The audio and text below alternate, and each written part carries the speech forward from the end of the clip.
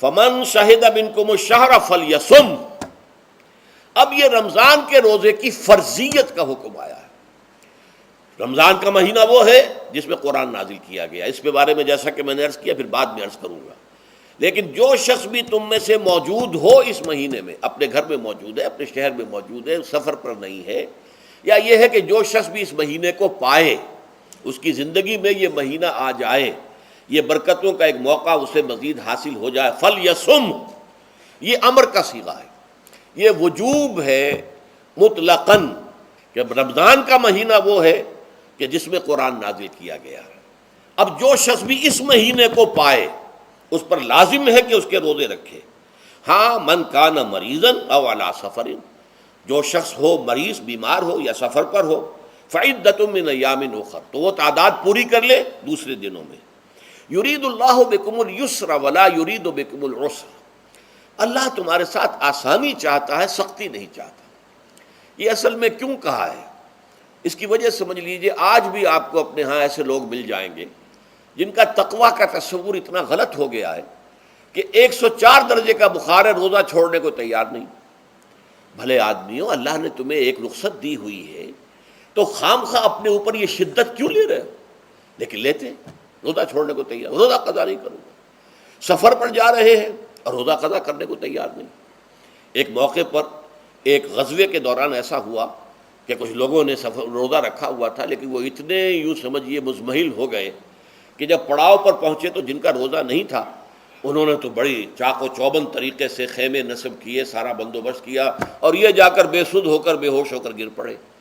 تو حضور نے فرمایا ان کو دیکھ کر، لیس من البر الصیام فی السفر، سفر میں روزہ رکھنا یہ کوئی نیکی کا کام نہیں ہے. یہ نیکی کا غلط تصور ہے کہ جو تم نے اپنے اختیار کر لیا. یہ تمہارے اندر تشدد پسندی پیدا ہو رہی ہے. دین کے احکام میں جو مقصد ہے وہ کیا ہے؟ یرید اللہ بکم الیسر ولا یرید بکم العسر. اسی پر عمل کرتے ہوئے حضور نے فرمایا ہے کہ جو بھی علماء دین ہیں یا جو رہنمایان دین ہیں ان کا کام کیا ہے؟ آپ نے فرمایا یسروا ولا تعسروا، دیکھو آسانیاں پیدا کرو، سختیاں پیدا نہ کرو.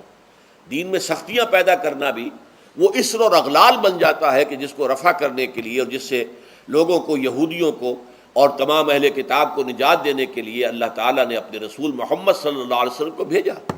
وَيَضَعُ عَنْهُمْ إِصْرَهُمْ وَالْأَغْلَالَ الَّتِي كَانَتْ عَلَيْهِمْ، کہ جہاں وہ نیکی کا حکم دیتے ہیں، بدی سے روکتے ہیں، پاکیزہ چیزوں کو حلال ٹھہراتے ہیں اور خبیث چیزوں کو، ناپاک چیزوں کو حرام قرار دیتے ہیں، وہیں وہ لوگوں کے اوپر سے وہ بوجھ بھی ختم کرتے ہیں کہ جو انہوں نے خام خواہ اپنے اوپر لاد لیے.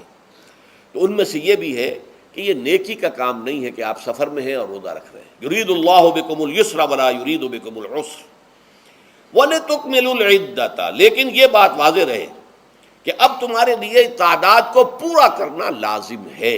یہ نہیں ہے کہ آپ اس کی جگہ پر فدیہ دے دیں تو بات پوری ہو جائے گی. نہیں، روزے کی تعداد آپ کے رمضان میں 2 روزے 3 روزے چھوٹ گئے بیماری کی وجہ سے، ٹھیک ہے، لیکن دوسرے دنوں میں اس کی قضا دینی لازم ہے. وہ روزے رکھنے جو ہیں آپ پر لازم ہیں، ان کا کوئی بدل جو ہے وہ فدیہ نہیں ہو سکتا.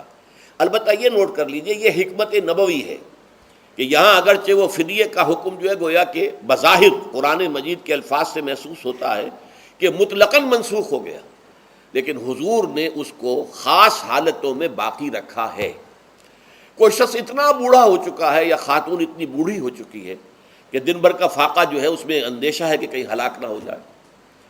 کوئی مریض ہے، مرد ہے یا عورت ہے، وہ ڈائبٹیز کی مریضہ ہے، اس کو وہ شوگر کا مرض ہے اور وہ اس کو برداشت نہیں کر سکتی، شوگر لیول بہت نیچے ہو جائے تو موت واقع ہو سکتی. کوئی ایسا مریض ہے جس کو مرض سے شفا پانے کی اب کوئی امید ہے ہی نہیں کہ میں مرض سے شفا پا جاؤں گا یا پا جاؤں گی تو اس کے بعد میں روزہ مکمل کر دوں گی. نہیں، ایسے لوگوں کے لیے حضور نے اس رعایت کو برقرار رکھا ہے کہ ایسے لوگ اگر ایک مسکین کو کھانا کھلا دیں تو یہ فدیہ بن جائے گا.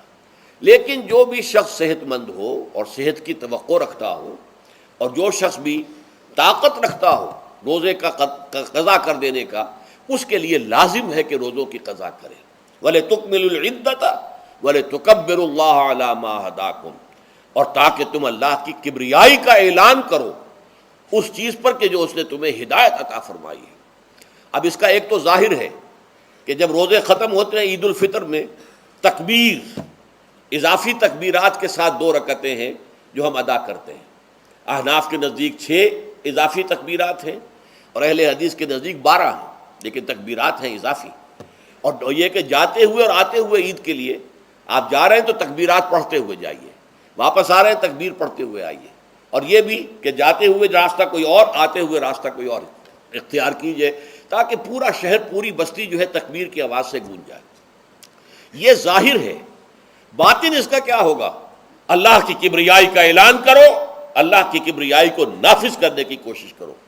جب اللہ نے تمہیں ہدایت دے دی ہے، تمہیں اپنے دین حق سے نواز دیا ہے، تمہارا فرض ہے کہ اس کو قائم کرو، اس کے لیے جد و جہد کرو، اس کے لیے تن من دھن لگاؤ، اس کے لیے جان اور مال سے جہاد کرو. وَلِتُكَبِّرُوا اللَّهَ عَلَى مَا هَدَاكُمْ وَلَعَلَّكُمْ تَشْكُرُونَ، اور تاکہ تم واقعتاً شکر کرو.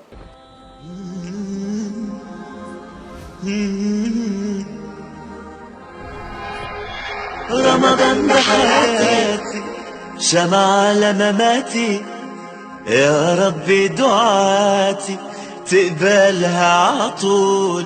رمضان ده رحمة